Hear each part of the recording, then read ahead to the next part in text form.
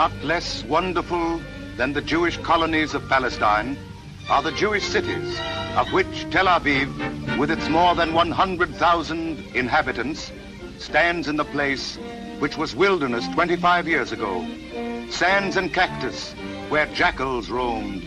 It is a city still expanding, still spreading north and south and east, still changing sandy wastes into busy streets.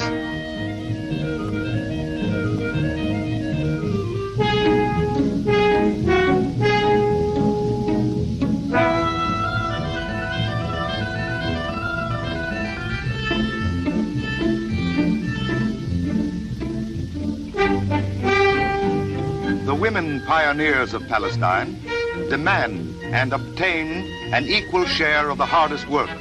On the land, they are plowwomen, stone breakers, road workers, and in the cities, they are masons, bricklayers, and builders.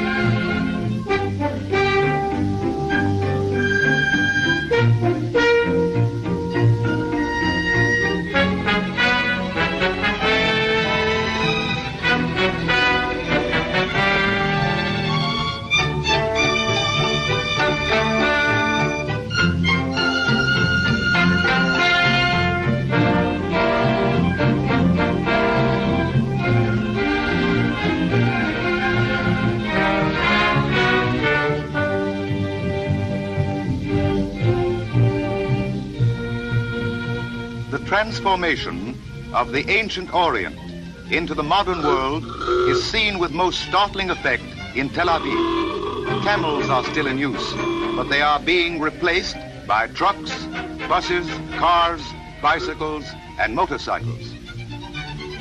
Tel Aviv, like many American cities, has its grade crossing problem, and for the same reason, it grew much faster than anyone foresaw.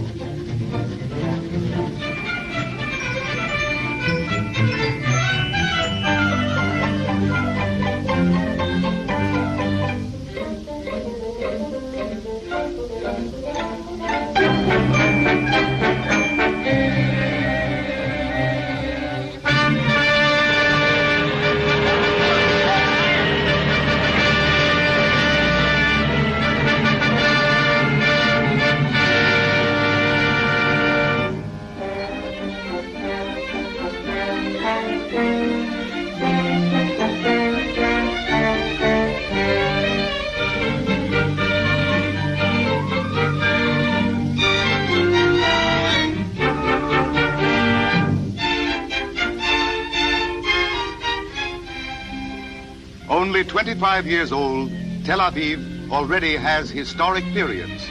There are pioneer shops of 10 and 15 years ago where housewives, newly arrived in Palestine, took their first Hebrew lessons. The lessons still continue, but the shops have changed, and the goods they contain are to a larger and larger extent being manufactured in Palestine.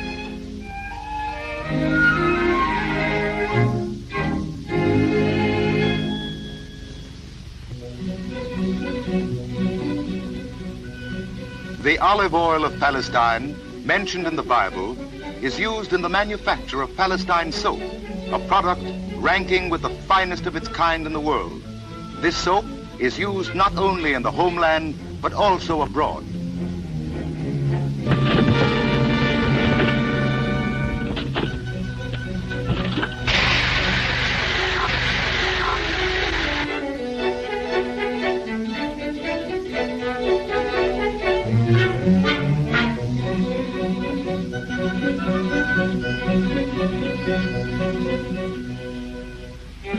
The Dead Sea itself is alive with industry today.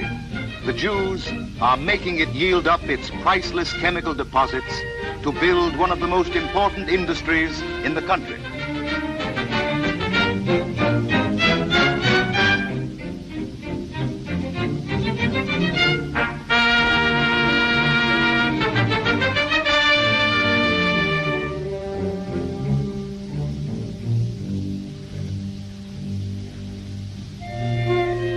Silk.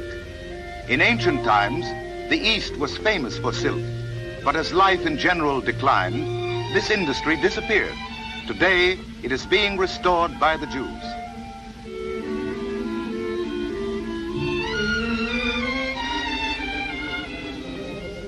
The cotton, which is being grown next door in Egypt, is now being woven in Palestine.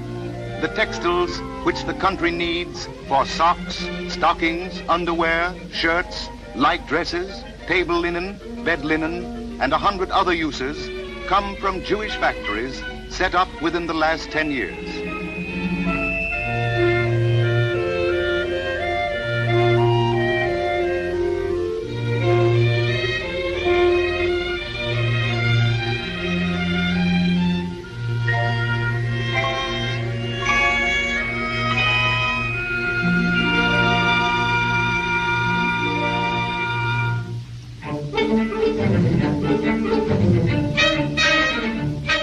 Dental factory in Palestine.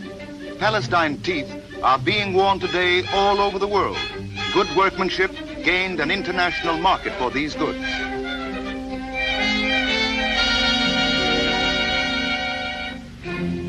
From the Jewish farm, the milk goes direct to the bottling plant, where it is pasteurized and bottled hygienically.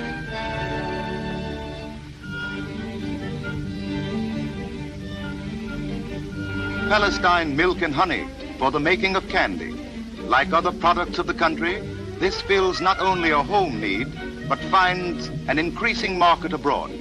These factories, a small part of the steadily expanding industry of Palestine, are only an index of the tremendous possibilities which are created by bringing together the Jewish people and the Jewish homeland.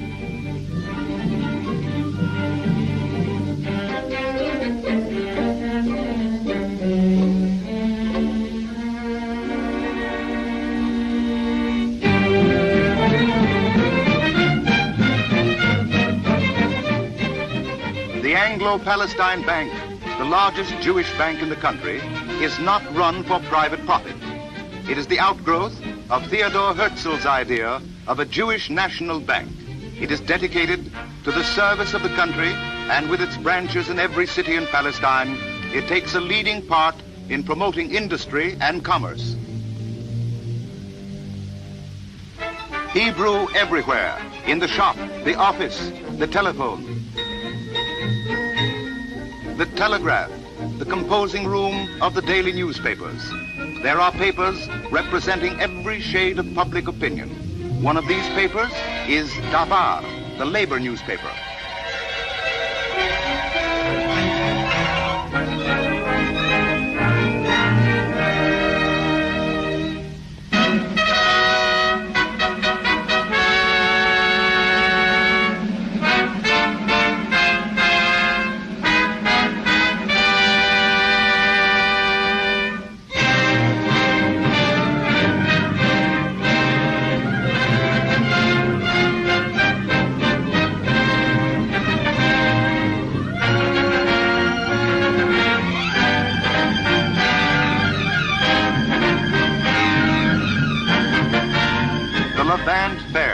Is the symbol today of Palestine's extraordinary progress. And the interest it has awakened is evident in the flags of the nations which have their pavilions in this first modern international fair of the Orient. For Palestine, the most important pavilion is, of course, the Totzeret Haaretz, the home industries pavilion. The visitor is amazed to see that a country which 15 years ago had to import almost every kind of industrial product has learned to meet its own needs. And Palestine has a growing export trade too. And thus, one of the long neglected corners of the world is being transformed into a great productive center.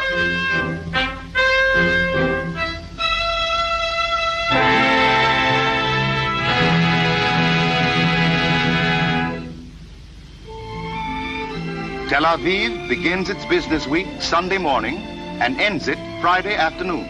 Then the Jews buy flowers to adorn their homes for the Sabbath.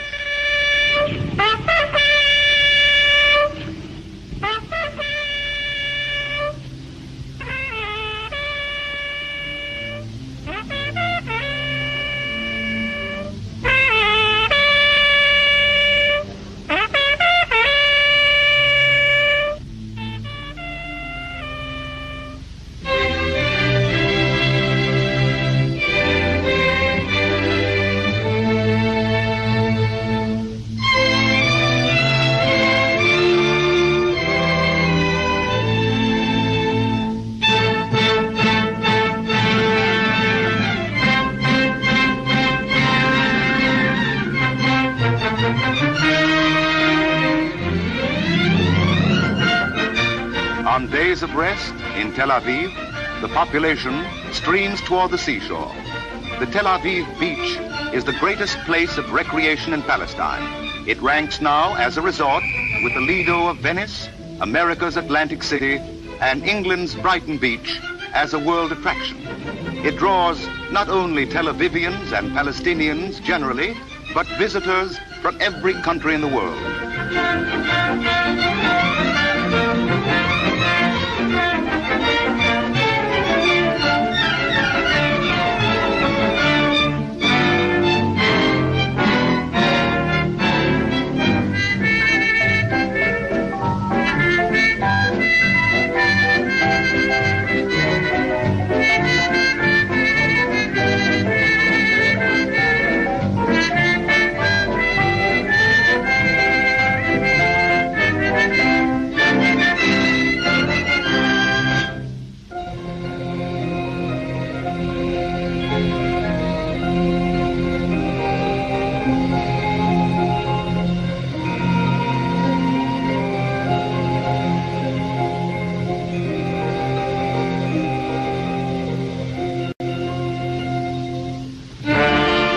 Within its ancient and mighty walls, the old Jerusalem remained unchanged, the liturgy of centuries.